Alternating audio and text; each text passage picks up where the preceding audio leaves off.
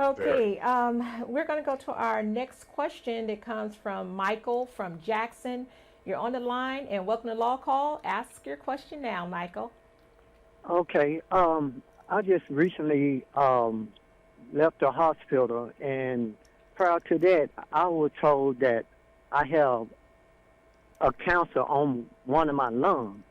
So he had me to go through all the different CAT scan and procedure, and he told me, get ready, 3 months later, you'll have your surgery. So this Tuesday, I went in, got prepped up, and they shot me all sorts of medicine. See, had the cancer spread throughout my body, or see, had the cancer grow.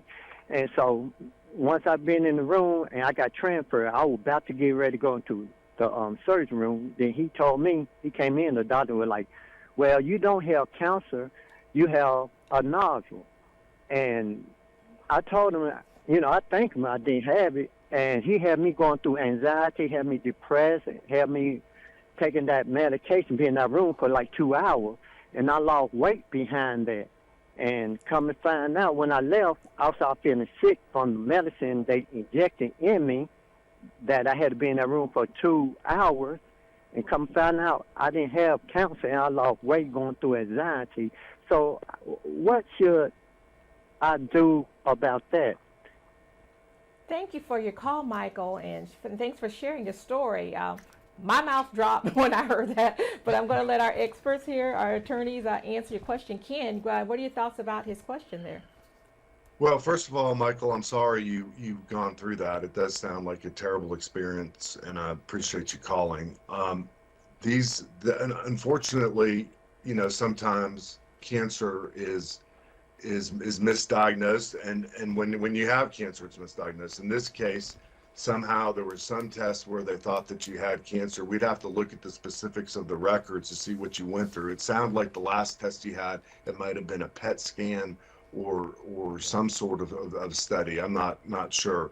But the bottom line in a case like this is that you need to get an attorney to look at the records and see specifically what the doctors were doing and how they had reached that conclusion, and for 3 months treated you up until the final study, which showed that you did not have cancer. Okay. Did you want to add anything, Seth? No, and Michael, I am so happy you don't have cancer, and like Ken said, I'm sorry that you went through it. But yeah, I agree. I think if there's anything to be done, you're going to have to talk to talk to an attorney who will consult with another healthcare professional to see whether the physicians who actually treated you and misdiagnosed you breached that standard. Yeah, and I imagine you see similar situations of just in your expertise of the law. I just want to make sure everyone at home remembers that you're personal injury at the same time. So right. You're listening and responding just like me, just in this case. But is there anything about his story that sticks out when you think about personal injury? Not necessarily. I think that like I said, it's unfortunate, and it kind of goes back to what Ken said. The statistics that Ken just gave really were eye-popping. And so, you see and hear about these misdiagnoses over and over and over again, and it's really kind of troubling. But, from a personal injury standpoint, no. From just a human standpoint, who also, will have to go see a doctor at some point sometime, it's clearly disturbing. Okay.